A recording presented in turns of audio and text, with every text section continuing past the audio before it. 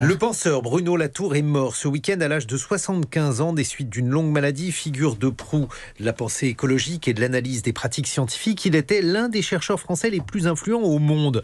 On va tenter ce matin, dans la mesure du possible, de revenir sur sa carrière et d'exposer sa pensée, de mieux comprendre l'héritage intellectuel qu'il nous laisse. Pour ce faire, nous sommes en compagnie d'Amy Dahan. Bonjour. Bonjour. Amy Dahan, vous êtes mathématicienne, historienne des sciences, directrice émérite de recherche au CNRS.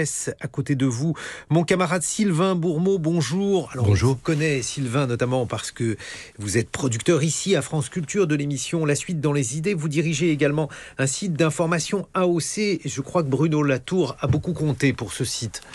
Oui, il a été un des premiers soutiens, des premiers auteurs aussi, persuadés de la nécessité qu'il y avait à organiser la conversation démocratique, comme il disait, et l'organiser entre les intellectuels de toutes les disciplines, ce qui manque terriblement à une époque où on a tendance à se spécialiser un peu vite. Je l'ai présenté comme penseur, j'ai fait exprès parce que je voulais vous laisser, Sylvain, la délicate tâche de distinguer ce qui, chez Latour, relevait de l'anthropologie, de la sociologie et de la philosophie. Oui, il s'en amusait lui-même. Bruno Latour est philosophe de formation. Il a même été reçu premier à l'agrégation de philosophie. Il fait partie de cette génération pour laquelle on ne pouvait pas entrer dans les sciences sociales sans passer d'abord, la plupart du temps, par la philosophie. On est dans un pays, la France, qui aura mis du temps à reconnaître la sociologie comme une discipline importante. Donc il fallait d'abord être philosophe.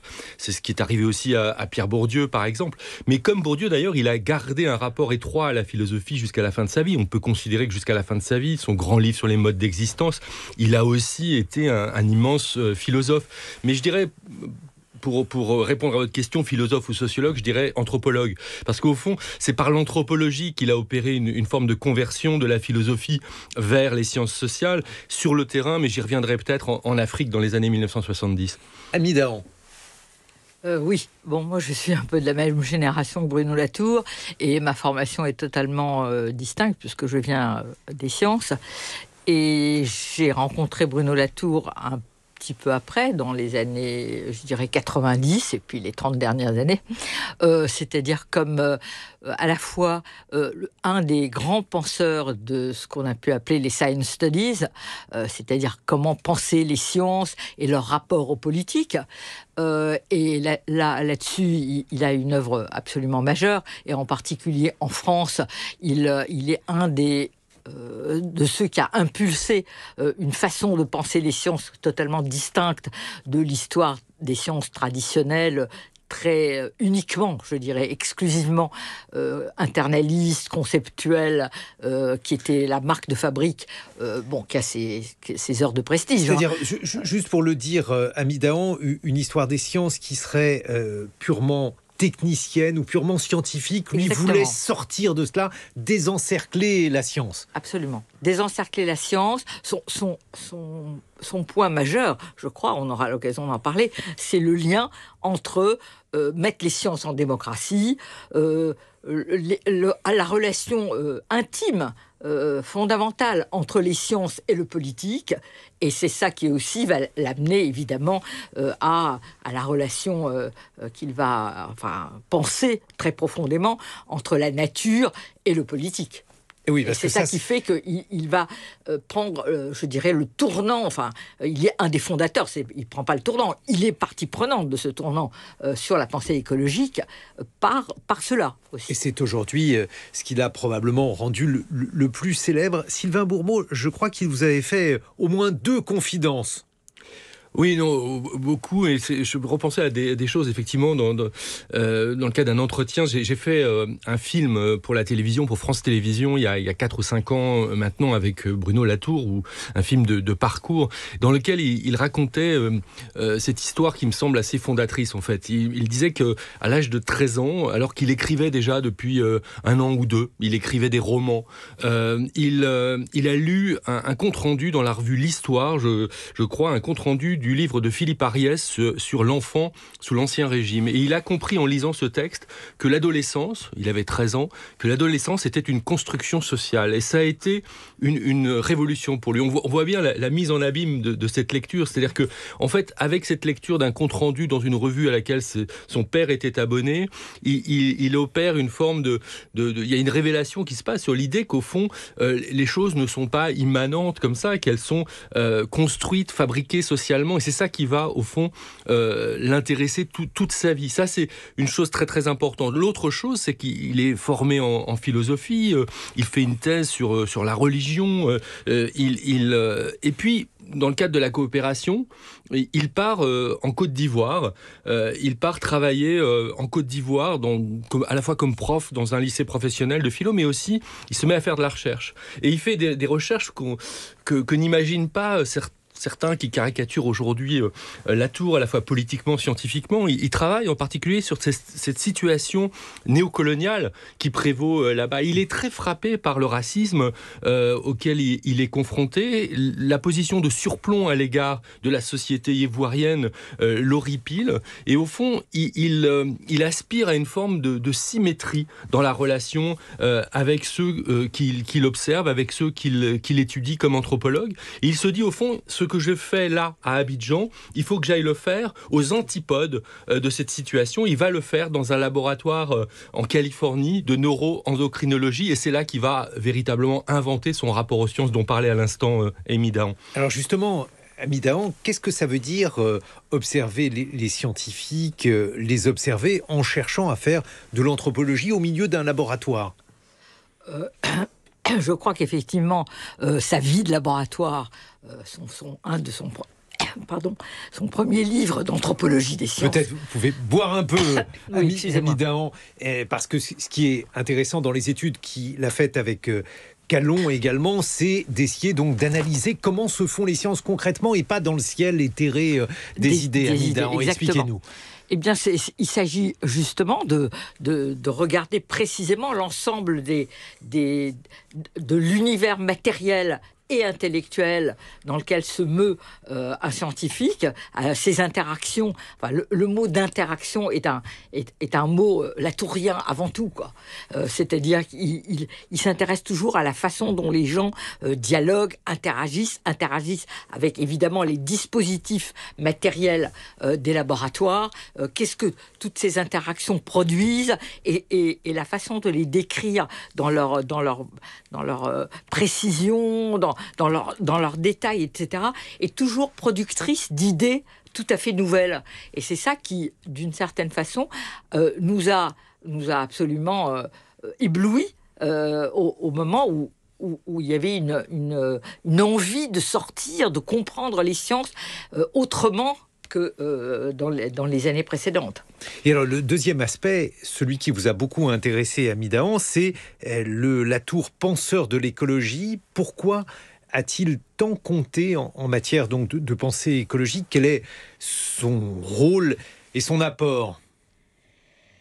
Je crois qu'on se rend bien compte aujourd'hui que nous sommes à un moment de basculement à la fois dans l'histoire des idées, mais surtout dans l'histoire de la civilisation, dans notre rapport à la nature, dans le rapport à ce qu'il a appelé Gaïa, c'est-à-dire l'ensemble de la planète Terre et de l'interaction justement des vivants avec cette fine pellicule qui entoure la Terre et sur laquelle nous vivons depuis des millions d'années et qui ont produit tout ce qui fait l'atmosphère terrestre, le milieu vivant, la végétation, etc.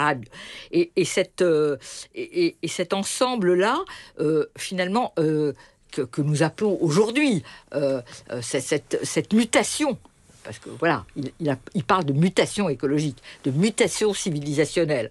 Et je crois que c'est celui qui a aussi le plus, je dirais simplement, mais radicalement expliqué que c'était une mutation et qu'il fallait prendre le tournant, qu'il fallait basculer. Et par exemple, quand on voit son livre qu'il a écrit au moment de Trump, qui s'appelle « Où atterrir ?», c'est je dis souvent, c'est le livre le plus radical qui arrive en 2017, je pense, quelque chose comme ça. Bon, évidemment, il y a beaucoup de choses qui préparent ce livre, mais qui a eu un effet très très important, très dévastateur sur tous ces analyses très étriquées sur le caractère de Trump, de la réaction américaine, etc. Et pour lui, c'était beaucoup plus fondamental, c'était beaucoup plus profond. C'est quoi cette analyse d'un chef d'État américain qui mettait un pays, le premier pays au point de vue économique et politique du monde,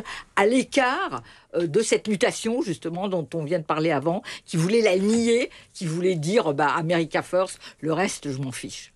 Sylvain Bourmeau, comment rendre cohérent, s'il faut rendre cohérent d'ailleurs un trajet intellectuel entre cet homme qui a commencé à travailler sur des projets techniques, je pense au projet Aramis dont il essayait d'expliquer les échecs, travailler sur la science telle qu'elle se fait, et puis travailler sur l'écologie, puisque c'est probablement cela aujourd'hui qui l'a fait le plus connaître dans le grand public. Mais il faudrait rajouter à ça, travailler sur le droit, parce qu'il est l'auteur d'un formidable livre sur le Conseil d'État, travailler sur la religion, qui était l'un de ses objets aussi de prédilection. Avec un rapport compliqué au christianisme. Oui, un rapport fait d'aller-retour et dans ce livre Jubilé, mais en fait...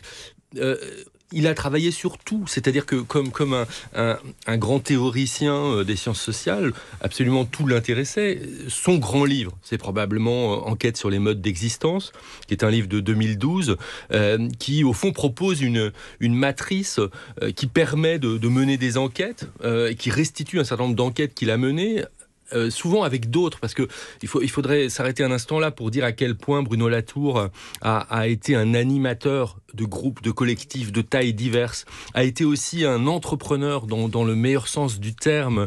Cela a abouti concrètement à la création d'écoles, à la création de collectifs, jusqu'à la fin, jusqu'à ces derniers jours, il a été entouré de gens de toutes les générations, prêtant une grande attention aux plus jeunes en particulier, co-signant cette année encore un livre avec un tout jeune chercheur, Nicolas Schulz.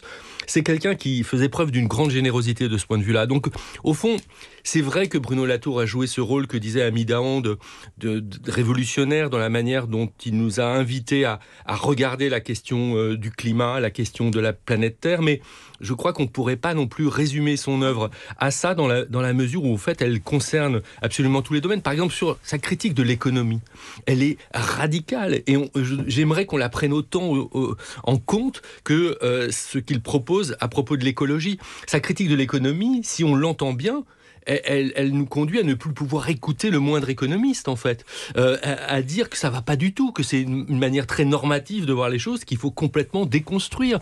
Et je pense ça tombe bien parce que dans quelques instants nous serons avec François Villeroy. Oui, il faudrait l'encourager à lire Bruno Latour. Mais il se connaissait. Donc il nous en parlera, François Villeroy de Gallo. Ami Dahan. Dans le panorama qu'a résumé tout à l'heure mon collègue, eh bien, je crois qu'il faut ajouter aussi la question de l'art. C'est très important pour lui, l'art. Il a été effectivement à l'origine d'expositions, de spectacles de théâtre. Il s'est entouré d'un certain nombre de jeunes collègues, justement, qui allaient se spécialiser dans ce domaine, etc. Et tout cela pour penser extrêmement multiple et effervescente, je dirais, le rapport de l'intellect à la matérialité, à la façon dont elle s'exprime, etc. Le dernier livre qu'il aura vu entre ses mains, c'est le livre de théâtre qu'il a coécrit avec Frédéric Haït-Toiti, qui va paraître dans quelques jours, et Bruno Latour aura pu le tenir entre ses mains. On a écouté un extrait de cette pièce de théâtre. C'était un penseur doté d'une pensée très iconoclaste, dans la forme comme dans le fond d'ailleurs, Ami Dahan. Oui, je pense qu'il était très iconoclaste. La preuve, c'est que, aujourd'hui, par exemple, alors qu'il a tout de suite, il a été reconnu quand même, très vite, aux États-Unis, partout, il a eu une influence énorme. Eh bien, une institution comme le Collège de France n'a jamais voulu de lui. Pourquoi ? Parce que, en particulier quand il y a eu l'affaire Sokal, il a été accusé d'être anti-science. Alors que quand même, c'est n'importe quoi. Étant donné que Latour a toujours été fasciné par les sciences. Fasciné. Et il cherchait à entrer dans la production scientifique, à la comprendre, etc., à la décrire, à la décortiquer, je dirais. Alors, il m'incombe la difficile tâche, malgré tout, de résumer les critiques dont Latour a été l'objet. Sylvain Bourmeau, anti-science, je ne sais pas, en tout cas tenant d'une position relativiste dans les sciences, parce que considérant qu'il y avait beaucoup de normes sociales dans les sciences qui, pour un scientifique pur, représentent une hérésie. Oui, mais il s'agit d'un relativisme méthodologique. C'est pas du tout la même chose qu'un relativisme absolu. C'est-à-dire qu'en fait, le relativisme chez Latour, comme chez d'autres qui, avec lui, dans les années 70, ont fondé ce qu'on appelle le programme fort en sociologie, c'est-à-dire une manière de faire des science studies. Et il n'est pas tout seul. Il y a beaucoup d'historiens des sciences britanniques, des chercheurs américains notamment, qui ont créé un nouveau domaine de recherche. L'idée est très simple. Elle consiste à dire, quand on veut essayer de comprendre comment une découverte scientifique, par exemple, est produite, eh bien, on ne peut pas faire d'anachronisme, on ne peut pas partir du résultat, on ne peut pas partir de... Il se trouve que les neuroendocrinologues sur lesquels Latour a travaillé ont fini par avoir le Nobel, mais ils ne pouvaient pas partir de cette récompense. D'ailleurs, ils ne le savaient pas quand ils travaillaient. Et donc, il faut regarder comment se fait la science, y compris la science ratée. Vous qui travaillez sur les fails, Guillaume, vous devez en savoir quelque chose. Il faut comprendre ce qui ne marche pas, et pas avec un a priori. C'est-à-dire que... et donc, il faut s'intéresser à ce qui se révélera être faux, par exemple. Ça ne veut pas dire que la vérité, ça ne compte pas. La vérité scientifique était quelque chose de très important pour Bruno Latour, contrairement à ce que ses détracteurs disent. C'est une question simplement de méthode, en fait. C'est de faire de la sociologie de la façon la plus scientifique qui soit, en fait. Annie Dahan. Oui, cette idée de principe de symétrie, je crois, elle est fondamentale, comme disait Sylvain Bourmeau, et elle a guidé tout le temps. C'est-à-dire depuis pratiquement l'anthropologie en Afrique, jusqu'à la vie de laboratoire, même à Artémis, justement, l'histoire des techniques, enfin, etc. Et ensuite, sur l'écologie, les modèles, on a un peu interagi sur ce domaine, justement, qui était le mien. Eh bien, oui, il était absolument guidé par cette idée de comprendre de façon un peu symétrique comment le vrai et le faux peuvent s'affronter, se confronter et finalement d'autres vérités émerger. L'autre critique qui lui est souvent adressée, Sylvain Bourmeau, est celle d'être un penseur plutôt obscur. Il n'est pas facile d'entrer dans l'œuvre de Bruno Latour. Peut-être 2 ou 3 conseils pour ceux qui voudraient se lancer dans cette lecture. C'est vrai que son œuvre théorique peut être difficile. D'abord, il a forgé des concepts, il en a repris à d'autres. Donc, c'est une lecture dont le coût d'entrée est un peu élevé pour certains livres. Mais pour d'autres, et je pense au dernier livre, tout à l'heure, Annie Dahan citait Où atterrir. Moi, je conseillerais de commencer peut-être par celui-là. Et je pense qu'il a même fait des efforts d'écriture absolument incroyables, au point qu'il a, à la fin de sa vie, publié des livres qui sont aussi, à mon sens, des livres littéraires. Un dernier mot là-dessus sur oui, les lectures. Je pense qu'effectivement, par exemple, les modes d'existence qu'a cité Sylvain Bourmeau est plus difficile que d'autres, parce que c'est un livre théorique, un peu sur comment fonder la sociologie, etc. Mais on a par-delà Nature et Culture, qui est quand même un livre fondamental aussi, et qui est beaucoup plus accessible. Il y a quand même, je crois, un certain nombre de livres, et puis Face à Gaïa, qui est fondamental, parce qu'il est il paraît en 2015, et c'est le moment où vraiment il bascule dans ce qu'il appelle le nouveau régime climatique, qu'il va analyser et s'approprier. Et là, on a vraiment le tournant vers sa dernière période qu'il a complètement occupée. Merci Annie Dahan, Sylvain Bourmeau pour donc cet hommage à Bruno Latour.